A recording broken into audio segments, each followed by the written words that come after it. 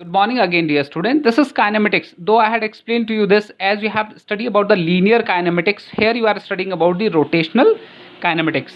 So what is happening? This is suppose y-axis and this is a body. In this body, I had taken a particle P naught, particle P, which is doing circular motion about the axis of rotation.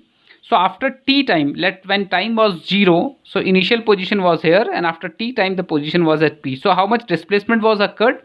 Theta was the displacement occurred by a particle of this body. Later on I will find out for total body.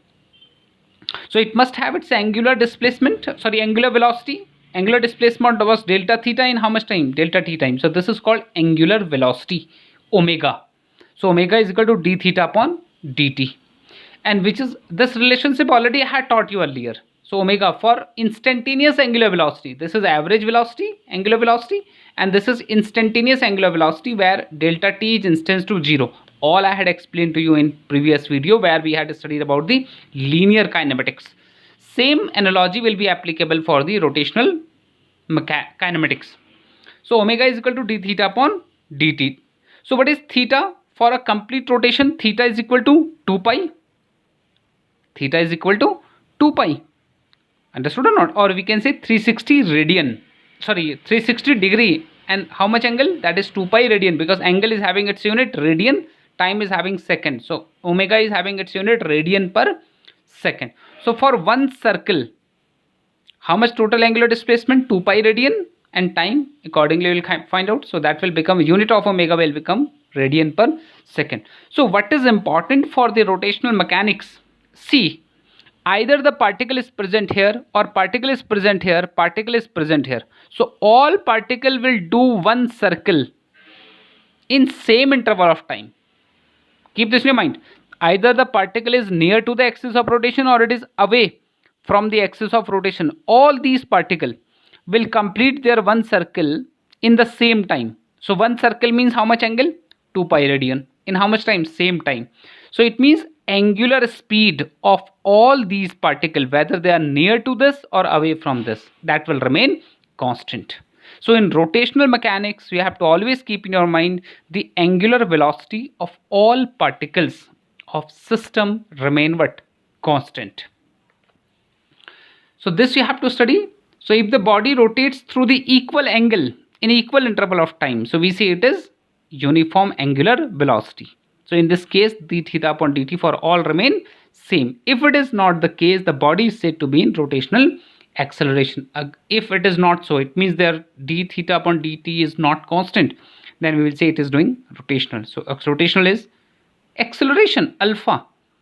Rotational acceleration alpha is equal to rate of change of angular speed, that is d omega upon dt, that is called instantaneous acceleration, angular acceleration. So d theta upon dt, d square, in differential form I can write d square theta upon dt square.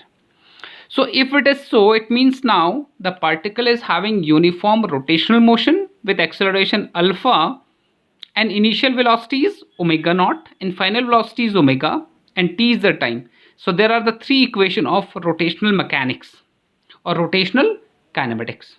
So first is, this is having same analogy, v is equal to u plus at. So that is omega is equal to omega naught plus alpha into t. This all I had explained to you earlier. Go through my previous video and you can check it there when I was telling you about the linear kinematics. And second is s is equal to ut plus half at square. So s is what? Displacement. Theta is angular displacement. So theta is equal to omega naught into t plus half into alpha into t square. And this is the third equation, that is v square is equal to u square plus 2 into a into s. So v is omega, u is omega naught, and acceleration a is equal to alpha and s is equal to theta. So these are the three equations. Same way you have to do derivation of this rotational kinematics. So today I had taught you about the two things. First is about the rotational of a rigid body. Rigid body and particle, both are different things. Particle means when system is taken as a single particle. Rigid body means a body which is made up of more than one particles. That is called rigid body. The relative motion between the particle is always zero. All particles are fixed as their own place. So that is called rigid body. So this also you must know. And axis of rotation you must know. Is this clear? Next, rotational kinematics. So I will give to you few questions based on this. You have to solve. See, video is getting long. That's why I am just making 4-minute, 5-minute video, because after that I have to compress them and then send them through YouTube. So that's all for today. Thank you and have a great day.